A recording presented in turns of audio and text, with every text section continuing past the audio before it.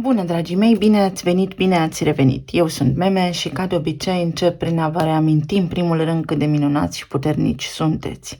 Astăzi fac citirea generală colectivă pentru energia momentului prezent, astfel încât să vedem ce ne poate ajuta și cum putem depăși provocări dacă avem. Luați de aici doar mesajele cu care rezonați voi cu adevărat și ce nu lăsați deoparte. Vă mulțumesc tare mult pentru sprijin și pentru că sunteți aici. Și să vedem despre ce este vorba. Așa cum am spus și zilele trecute, energia este încă volatilă. În cazul în care vă simțiți încărcați emoțional sau simțiți la nivel fizic că ceva nu este în regulă, încercați să vă odihniți, încercați băile cu sare și fiți atenți la gândurile voastre. Întrebați-vă dacă sunt cu adevărat ale voastre. Să vedem ce ne spune energia în momentul în care accesați voi clipul. Spiritele naturii, o avalanșă emoțională, o încărcătură emoțională, posibil o ușoară doză de tristețe să vă învăluie, însă, așa cum am spus, încercați să vedeți dacă este cu adevărat starea voastră sau dacă nu cumva ați preluat-o. Vorbim aici despre elementele din natură, despre elementali, despre zâne, elfi și despre pietre, despre acele elemente care sunt conștiente în jurul nostru și pe care noi, în mod evident, nu le vedem. Vorbim despre ajutor care vă vine din planul eteric, de la sufletul vostru, de la eul vostru supraconștient, dar și de la persoanele cu care voi sunteți și ați fost conectați în planul eteric, spiritual, de-a lungul timpului, care vă susțin și vă ajută să depășiți această stare interioară care poate nu este una de bucurie astăzi. Să vedem mai departe.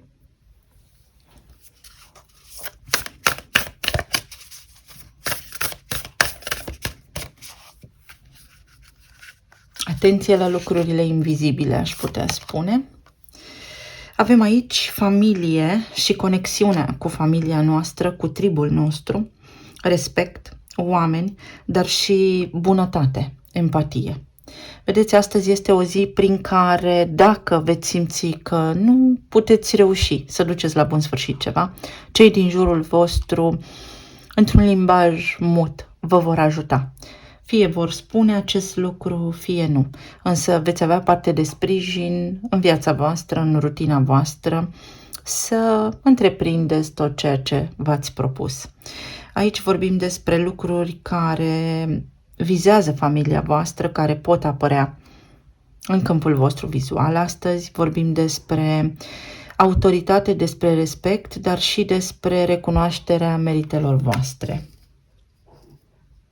Cineva vă recunoaște meritele, cineva se conectează cu voi astăzi, poate voi aveți nevoie de ajutor sau poate cineva drag vouă vă cere sprijinul.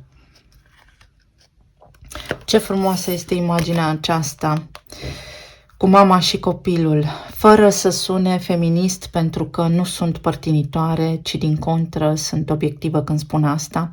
Mamele clădesc viitorul. Femeile susțin lumea în care trăim prin energia lor. O femeie educă un copil care ulterior devine adultul din societate. Deci dacă aveți cum, dacă puteți, aveți grijă de dumneavoastră, doamnelor, iar dumneavoastră, domnilor, fiți atenți în jurul dumneavoastră la energia feminină, poate vi se solicită ajutorul. Și aici, reenergizare, o reenergizare a vieții voastre, o restaurare, uite, a câmpului. Poate fi faptul că ați traversat recent mici, să spunem, furtuni interioare, da? Gânduri de tot felul care nu v-au dat pace, însă toate acestea se vor liniști, situația se va limpezi pentru voi. Este un spațiu pozitiv, sunteți înconjurați de oameni optimiști și veți avea parte de armonie. Acesta este un foarte bun prilej să vă trasați intenții noi, să vă gândiți la viețile voastre și să luați niște hotărâri care să vă ajute în ceea ce vreți voi să faceți. Este o energie bună.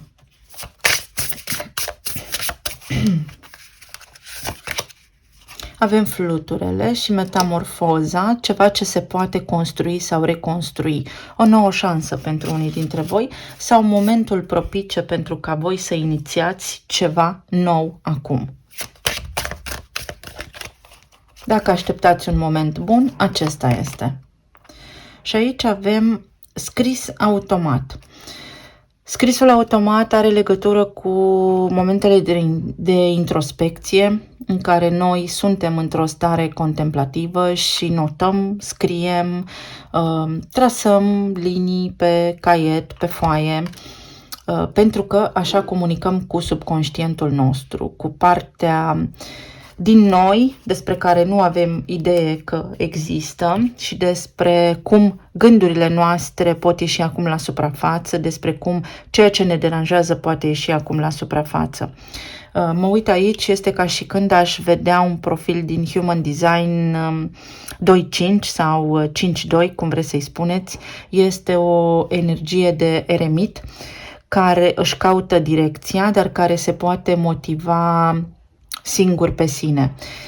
Nu poate nimeni să vă motiveze, ci doar voi singuri puteți să vă motivați pe voi înșivă să vă reechilibrați la nivel energetic. De ce? Pentru că, deși avem sprijin, de foarte multe ori nu suntem atenți la lumea nevăzută. Să nu mai spun că unii dintre noi nici măcar nu știm că există așa ceva și bazându-vă doar pe voi, așa vă ridicați. 22 este un număr maestru care spune că putem clădi. Ce? Ordine și disciplină. 4 este numărul legii și al ordinii. Și aici vorbim despre ordine interioară, despre a ne ține în frâu emoțiile, este numărul împăratului, despre o aliniere între minte, trup și suflet. Doar voi singuri vă puteți restaura câmpul energetic, mintea, sufletul, emoțiile. Să vedem ce ne spune și tarotul.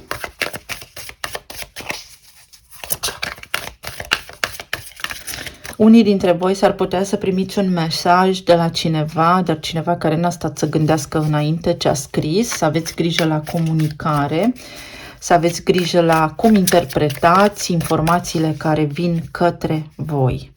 Încercați să vedeți partea bună, încercați să gândiți cu mintea limpede și să nu judecați înainte de a cere poate o explicație.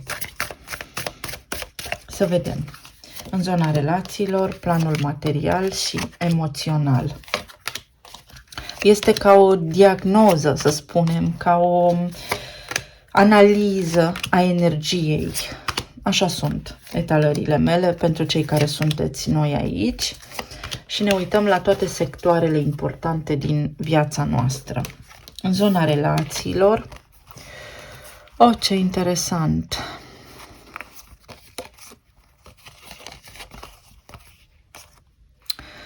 Uite, Doamne, ce cărți puternice, ce energie puternică! Vedeți, avem asul de monede, care este ca un soare mai mic, ca ceva foarte accesibil în mâinile noastre. Avem spânzuratul, moartea și turnul. Acesta este Uranus, care este activ în hărțile voastre natale, în astrologie, își va relua mersul direct în Taur și vine cu oportunități noi, stabile, cu surprize, dar care aduc lucruri concrete. Acesta este Pluto, care se mișcă, în sfârșit face pasul înainte către Vărsător.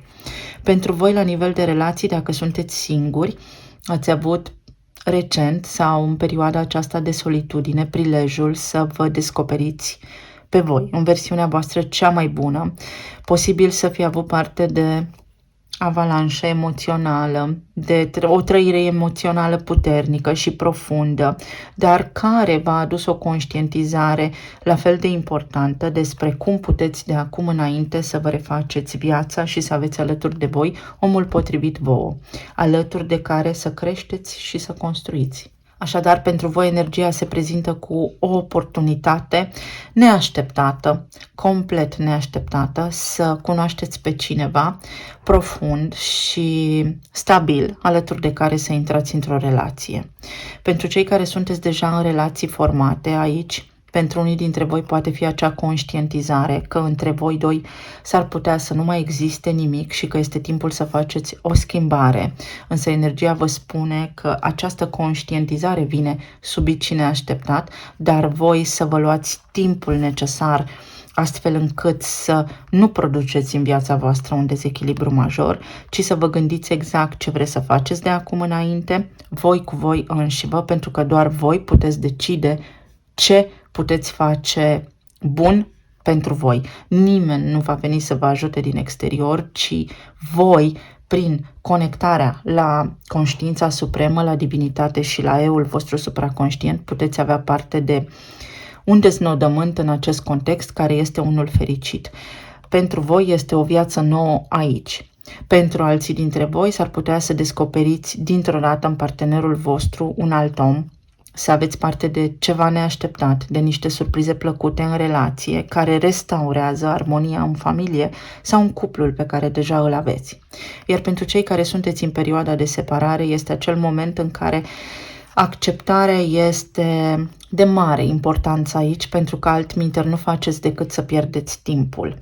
Uranus, ca și Saturn, sunt guvernatori de Vărsător și Saturn este în acest moment în Pești, aici peste Spânzuratul, și vă spune că trebuie să mișcați lucrurile din loc și să nu mai rămâneți în acea stare de visare cu gândul la ceva ce nu mai funcționează pentru că acea structură s-a prăbușit, ci pentru voi aici este o viață nouă, dacă vă permiteți să o luați de la început și să acceptați acest lucru, pentru că undeva în sinea voastră voi știți că acea relație trebuia să se ducă sau că este timpul să o lăsați să plece, pentru că nu face altceva decât să vă distrugă pe interior, la propriu. Să vedem mai departe. Ce ne spune Spânzuratul aici? Este steaua. Spânzuratul ne-a arătat calea celor singuri, drumul către împlinire și către o relație stabilă, către un suflet pereche, către un suflet compatibil cu voi. Celor care sunteți în relații de cuplu deja formate, vă spune exact ceea ce aveți de făcut. Spânzuratul este perspectivă nouă, este încheierea unui capitol plin de sacrificiu. Este acel moment în care, dacă lucrurile nu funcționează bine, trebuie să înțelegem de ce, pentru că nu putem perpetua o situație la nesfârșit, nu putem sta într-un ciclu la nesfârșit, pentru că acela se poate dovedi a fi distrugător pentru noi, și energetic, și spiritual, și emoțional. Astfel încât steaua vă arată drumul celor care ați descoperit că nu mai puteți continua alături de partenerul vostru, vă arată forța, vă arată drumul către o nouă viață, iar celor care veți avea parte de surprize din partea partenerilor voștri de viață, vă arată revelații, vă arată cum alături de același om puteți fi și fericiți. Iar pentru cei care sunteți singuri, vă arată un nou drum, o nouă cale să vă întemeiați o familie, o nouă cale să nu repetați tiparul din familia voastră, o nouă cale să deveniți părinți pentru unii dintre voi, dar și o nouă cale să ajungeți unde vă este vouă potrivit, astfel încât să vă vindecați. Turnul. Ce a dizolvat turnul aici? Cavalerul de monede. Pentru unii dintre voi a dizolvat visarea. Pentru alții dintre voi a dizolvat materialismul, să știți. Pentru că acest cavaler de monede este conexiunea dintre planul spiritual, planul eteric, dar și cel material. Este un moment în care se iau decizii, dar decizii care se pun greu în practică. Deci turnul acesta a dizolvat pentru unii dintre voi ideea falsă de stabilitate, pentru că îl avem pe Saturn implicat aici. Pentru alții dintre voi Uranus în Taur vine cu revelații și vă arată poate faptul că luați viața de-a gata, că nu erați mulțumiți de ceea ce aveați și că, uite, de fapt, aveți motive să vă bucurați. Iar pentru alții dintre voi vi se spune că tu ești acest om care vrea multe lucruri, dar care doar singur poate să ridice moneda, doar singur poți să-ți faci viața bună. Și aici este eremitul, pentru că tot vorbeam despre profilul din Human Design 2.5 sau 5.2 și modul în care voi singuri vă veți găsi răspunsurile la care este drumul pe care să mergeți. Vi se spune prin acest cavaler de monede că puteți avea parte de o viață fericită și împlinită, de liniște, dar și de armonie, pentru că o avem aici și o avem și aici, de frumusețea vieții și de sprijin din partea celorlalți, de o gură de aer proaspăt, de un cadru, pentru că avem numărul 4, confortabil, astfel încât voi să evoluați, voi să vă faceți plăcerile sufletului, voi să faceți lucrurile care vă plac cu adevărat și să nu fiți deranjați în acest proces evolutiv al vostru.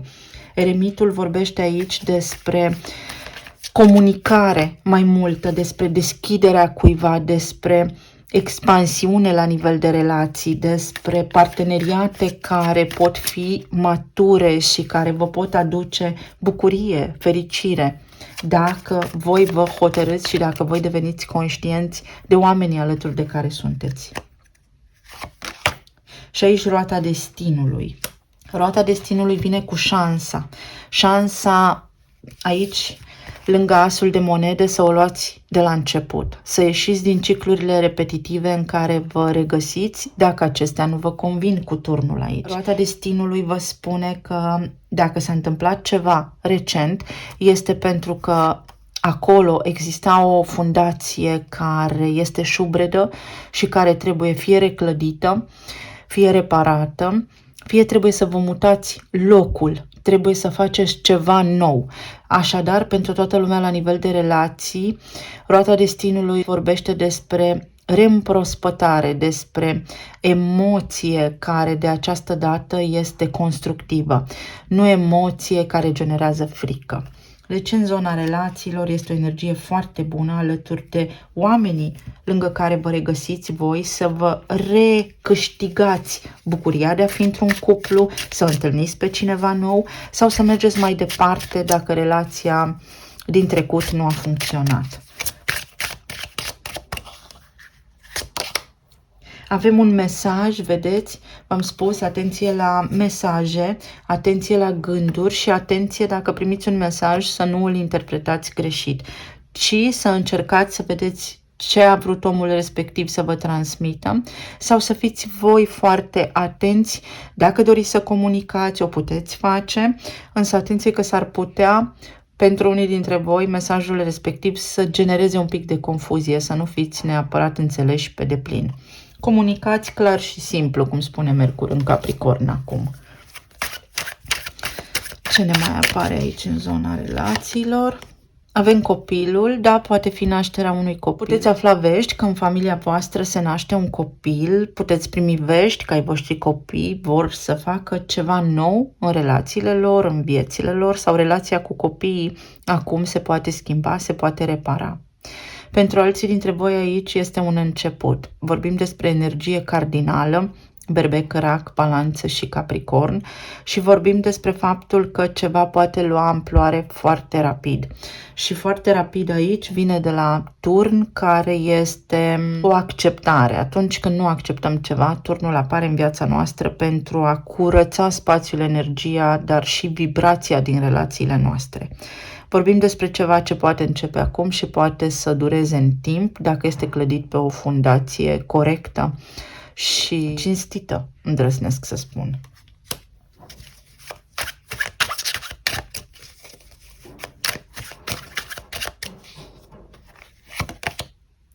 Și avem este timpul, numărul 8, care reprezintă casa 8-a din astrologie, dar este și anul în care noi acum trăim, an de vibrație 8, un an al consecințelor și este timpul pentru acțiune, dar pentru o acțiune care are legătură cu regenerarea, pentru reconstrucție sau pentru o nouă construcție solidă, matură, care are la bază eul vostru autentic vindecat, care este conștient de sine și care știe ce vrea.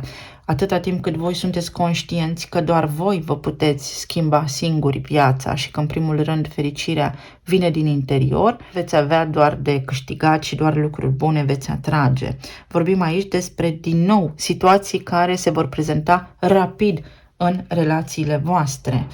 Poate prin dinamica aceasta a familiei voastre, poate dori să conversați cu cineva, vă puteți reconecta cu cineva care nu mai este printre noi.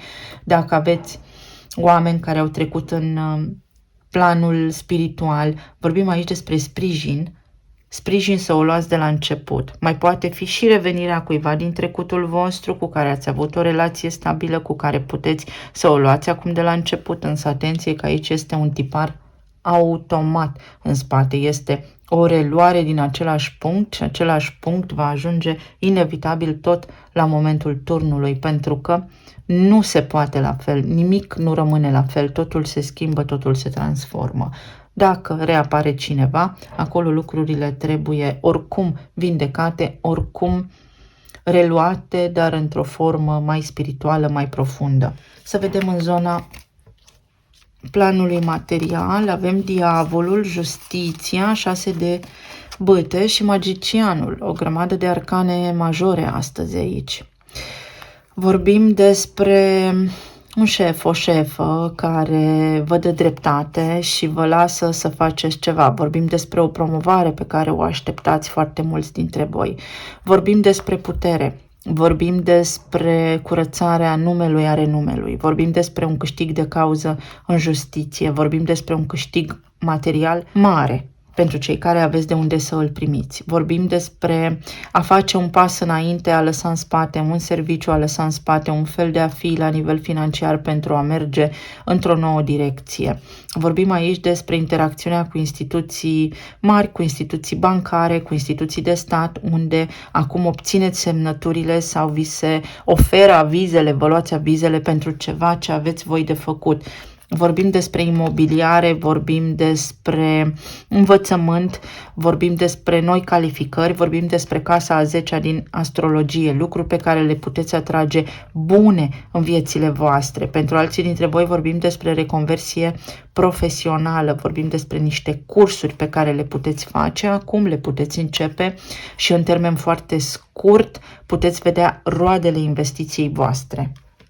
Altora dintre voi aici vi se spune că este momentul să vă eliberați de niște atașamente care au legătură cu familia voastră, poate ceva care nu este corect legat de o succesiune, de niște bani, lăsați lucrurile să se întâmple sau poate este nevoie să cedați un pic pentru a câștiga mai mult. Diavolul aduce cavalerul de bâte, ceva ce poate veni către voi foarte repede și vorbim despre bani, vorbim despre o promovare, vorbim despre casa Capricornului care este casa a 10-a. Vorbim despre faimă, despre prestigiu, despre niște lucruri care se curăță. 4 de monede peste justiție. Este momentul să primiți înapoi ceva. Este momentul să vi se recunoască un merit. Este momentul să vă eliberați voi de ceva ce nu vă mai convine. Dacă nu vă convine ceva, uitați-vă, gândiți-vă ce puteți face și cu un plan foarte bine pus la punct, mergeți înainte către ce vă doriți pentru că aveți șanse mari de succes. Problema aici este că nu știți ce vă place și ce vă doriți. Este o stare de ușoară victimizare pentru unii dintre voi aici și nu înțelegeți că voi aveți puterea să schimbați lucrurile, că voi vă puteți scoate singuri dintr-o provocare pe care o aveți la nivel financiar. Pe de altă parte, pentru foarte mulți dintre voi, 6 de bâte aici aduce o reușită. Unora dintre voi vă este teamă de un început. Îl vreți, dar vă este teamă. Frica aceea va genera vibrație joasă, nu înaltă.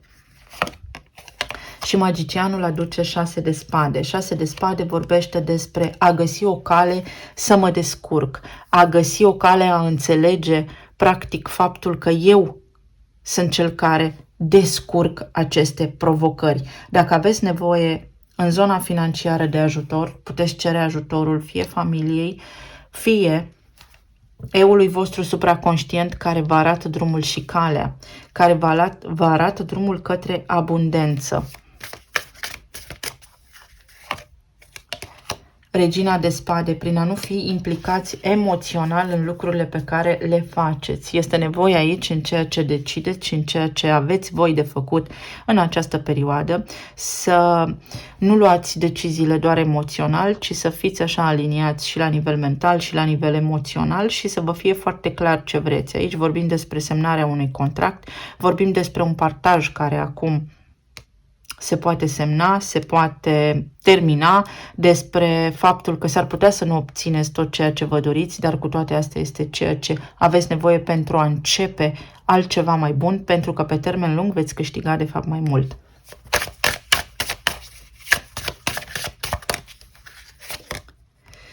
Aici avem mediul de lucru toxic, da, de la diavol. Foarte multe responsabilități pe bani puțini, o slujbă care poate nu vă place, vă înțeleg, sunt în asentimentul vostru, dar în egală măsură există în fiecare zi când deschidem ochii, acel moment în care noi ne programăm ziua. Și dacă noi când deschidem ochii spunem, oh, iar mergem acolo, deja ne-am hotărât că acea zi va fi catastrofală. Încercați să porniți ziua un pic mai optimist. Și aici vorbim despre entry level, vorbim despre faptul că aveți foarte multe responsabilități, dar vorbim și despre faptul că o puteți lua de la început, dar că vă este teamă. Pentru că până la urma urmei v-ați obișnuit cu ceea ce aveți. Nu, aici vi se spune că o puteți lua de la început și că veți crește oriunde v-ați duce. Și cheltuieli. Să aveți grijă la cheltuielile voastre. Uite, regina de spade este o regină care își face pe plac, dar în egală măsură își face și rezerve. Nu cheltuie și nu este risipitoare.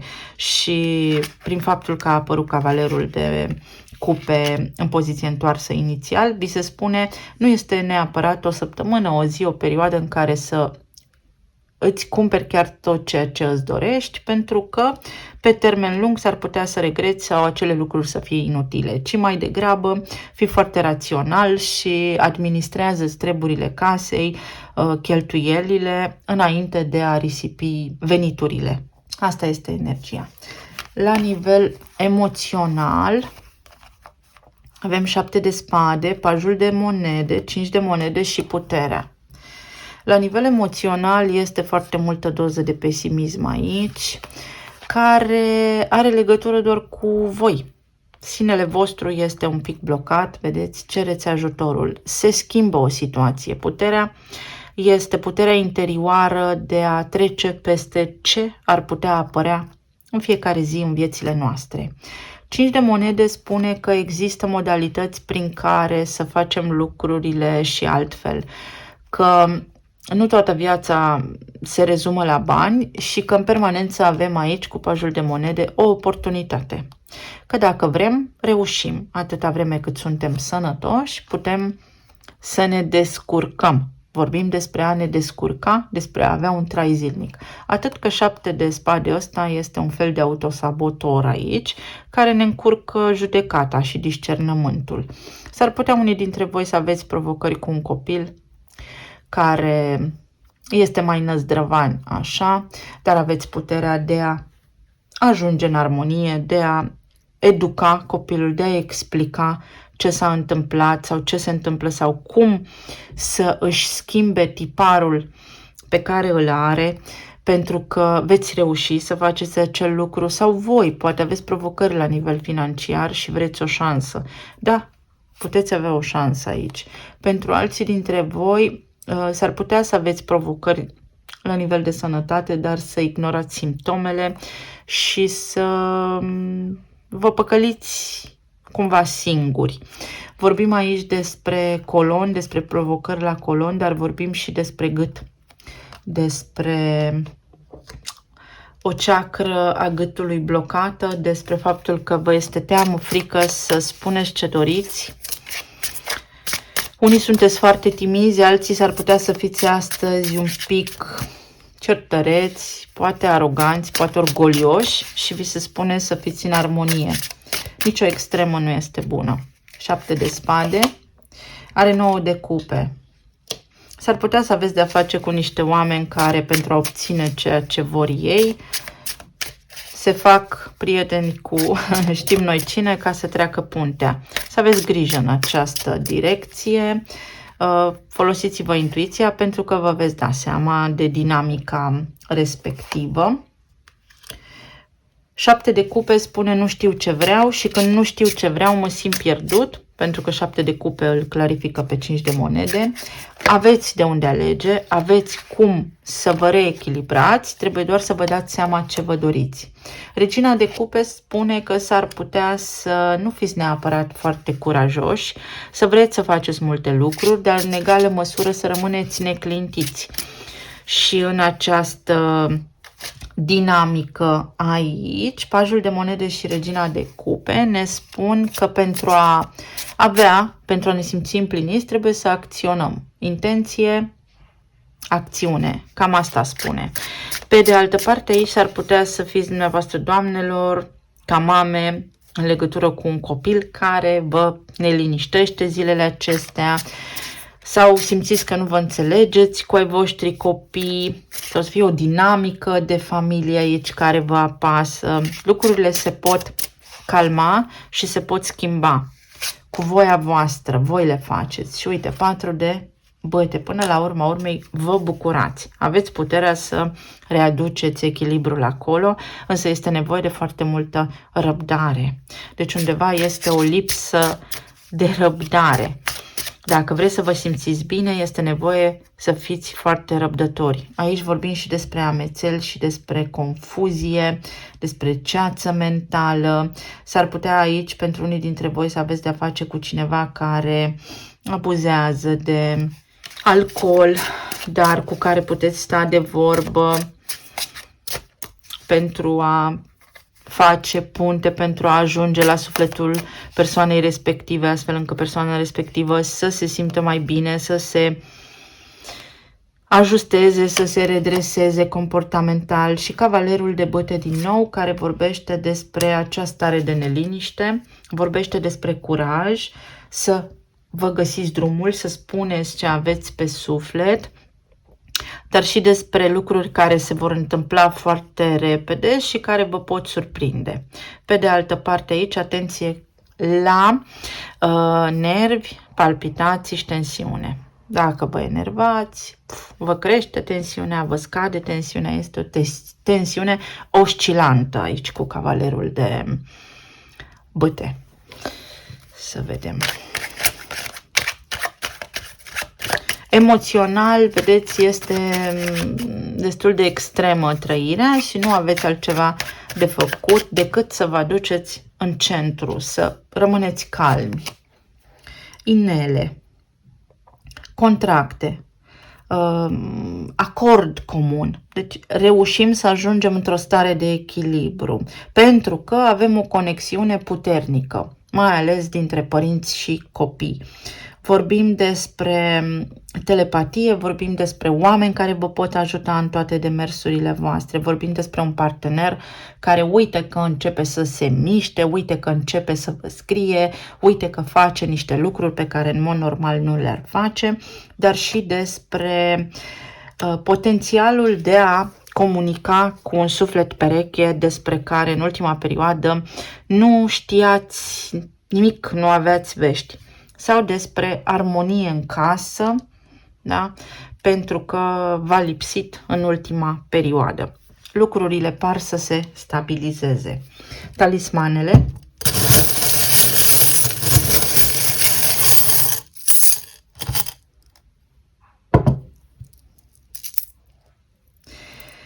Aveți de făcut un drum, uite, un drum cu justiția, care acum este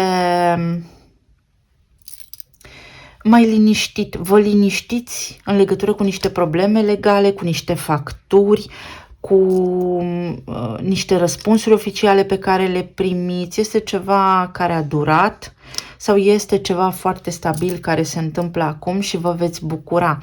Trebuie doar să vă aliniați voi la frecvența potrivită. Uite, elementul de surpriză despre care vorbeam mai devreme vă bucură ceva.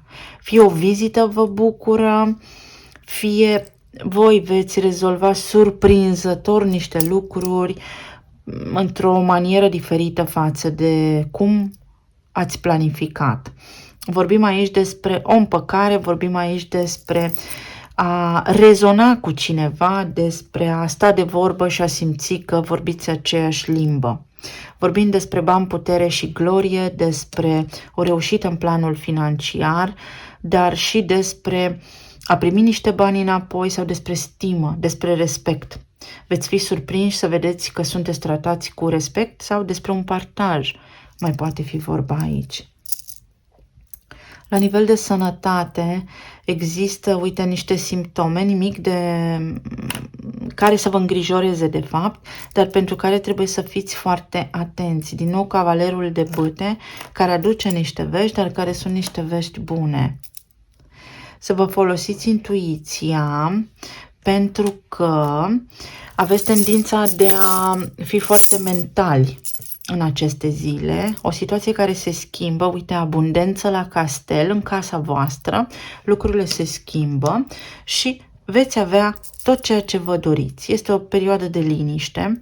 La nivel de sănătate, uite, o reușită sau starea voastră emoțională se poate schimba, dar voi sunteți cei care o schimbați. Voi, prin simpla voastră intenție, puteți hotărâ că astăzi este o zi bună, spre exemplu.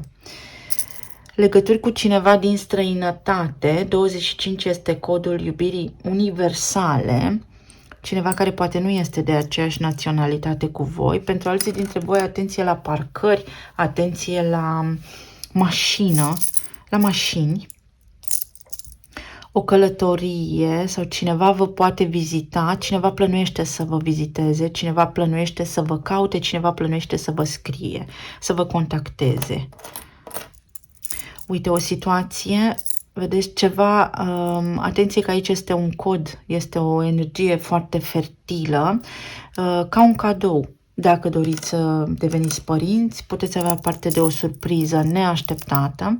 Pentru alții dintre voi puteți primi niște vești care vă bucură, fie că sunteți părinți, fie că sunteți bunici. Pentru alții dintre voi, o împăcare cu cineva, o reușită. Este o reușită, este ceva foarte bun care se întâmplă aici. Din nou avem puterea. Puterea vorbește despre leu. Leul este în centrul atenției. Cineva s-ar putea să-și facă simțită prezența în viața voastră neașteptată, să aveți o surpriză, o vizită, cineva să vă contacteze. Aveți nevoie de somn. Atenție cum dormiți cu telefoanele, cu electrocasnicele noaptea, pentru că pierdeți energie dacă dormiți cu telefonul lângă pat. Migrene și dureri de cap. Atenție la respirație, la lucruri toxice, la praf, la alergii. La alergii. Uite, niște bani, vedeți, v-am spus, o reușită și atenție la cheltuieli, trebuie să fiți cumpătați zilele acestea sau este indicat, nu trebuie, nimic nu trebuie, ci doar este o recomandare. Se curăță o energie negativă, există o claritate aici pe care o căpătați. Aveți nevoie de grăsimi bune în corp, de alimente vii, de hrană vie. Alții dintre voi, atenție să nu mâncați înainte de culcare, pentru că vă îngreunați digestia. Avem aici ideea de a se înfrumuseța, o situație viitoare care se înfrumusețează, niște vești bune care urmează să vină către voi. Avem leul din nou, deci cineva vrea atenție, cineva caută atenție, va atrage atenția, caută atenție, veți vedea, s-ar putea să vă dea vreun mesaj din greșeală și să zică că e din greșeală, să o facă intenționat. Avem inițialele A, B, R, S, P, J și B din nou. Pentru unii dintre voi care mergeți la terapie sau aveți copii care au nevoie de terapie, să știți că există îmbunătățire. Vorbesc despre atipie, poate autism, poate ADHD. Există o îmbunătățire. Atenție la circuite electrice și atenție la sticle, atenție la becuri, atenție să nu vă tăiați. Veți primi complimente din partea cuiva, unii dintre voi. Pentru alții dintre voi așteptați niște răspunsuri de la cineva, dar care este absent. Pentru alții dintre voi vedeți că s-ar putea să aveți copii dacă îi aveți la vârsta adolescenței care cam absentează la școală sau este ceva acolo ce se întâmplă și nu le place. Pentru dumneavoastră, doamnelor, o durere în piept, o jenă în piept, atenție la piept, la sâni. Unii dintre voi veți avea o alegere de făcut. Dacă să rămâneți într-un loc sau să schimbați locul sau să spuneți nu, gata, o iau de la început. Pentru păr, rozmarinul este bun, ulei esențial de rozmarin, dar și rozmarin fiert în apă, apoi răcit și strecurat, pulverizat pe păr. Pentru alții dintre voi să știți că câmpul vostru electromagnetic vă vorbește. Dacă vă electrizați, vă atingeți de lucruri, este acolo ceva la care trebuie să fiți atenți. Aveți grijă că se întâmplă ceva, sunteți supraîncărcați cu ceva. V-am spus atenție la mașini, da? Atenție la ce vă uitați când conduceți. Fiți atenți, practic. Iar pentru alții dintre voi, orice aveți în minte acum, puteți începe la începutul lunii martie. Este cineva foarte specific aici, care are niște planuri și pentru care acest mesaj este important. Început de luna martie, între 1 și 9 martie, este, de fapt, pentru marea noastră majoritate, un început nou, pentru că, de fapt, atunci începe și anul, timpul. Cam atât pentru moment. Vă doresc tuturor să aveți o zi minunată, o perioadă minunată, să fiți bine, sănătoși și iubiți și să ne reauzim cu bine și data viitoare. Pa, pa!